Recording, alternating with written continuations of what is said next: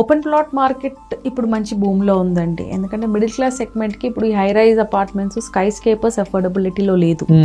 And మనకు తెలిసినట్టు city expansion ఏదైతే ఉందో, సిటీ మనకి ఎప్పుడు అవుట్స్కర్ట్స్లోనే ఎక్స్పాండ్ అవుతుంది. అవుట్స్కర్ట్స్లో హై రైజ్లో స్కై స్కేపర్స్ రావు కాబట్టి ఓపెన్ ప్లాట్సే సేల్ అవుతుంది.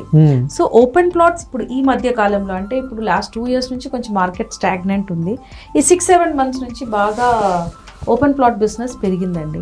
ఎందుకంటే ఇంతవరకు జనాలు ఏం చేశారంటే వెయిట్ అండ్ వాచ్, ప్రైసులు తగ్గుతుందేమో, ధరలు తగ్గుతుందేమోనని వెయిట్ అండ్ వాచ్లో ఉండే.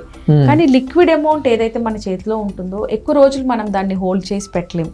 ఎక్కడో ఒక చోట అయితే మనం ఇన్వెస్ట్ చేయాల్సిందే. ఎక్కువ బంగారం కొనలేము, మిగతా వాటిలలో ఇన్వెస్ట్ చేయలేము, ఎందుకంటే అవి అప్రిషియేట్ అవ్వదు.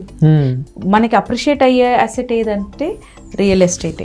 సో రియల్ ఎస్టేట్లో ఎలాగైనా ఇన్వెస్ట్ చేయాల్సిందే డబ్బులు ఉంటే. ఇప్పుడు నా దగ్గర ₹1,00,00,000 ఉంది అంటే the best investment is real estate. So ఇంతవరకు పట్టుకొని హోల్డ్ చేసుకొని కూర్చునే వాళ్ళందరూ ఇప్పుడు దే స్టార్టెడ్ టేకింగ్ డిసిషన్స్ అనమాట.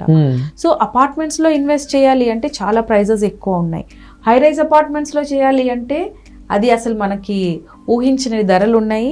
ఇంకోటి ఇవన్నీ ఎప్పుడు కంప్లీట్ అవుతుందో అనేది ఇంకొక టెన్షన్ కూడా. సో ఇప్పుడు market is into open plots.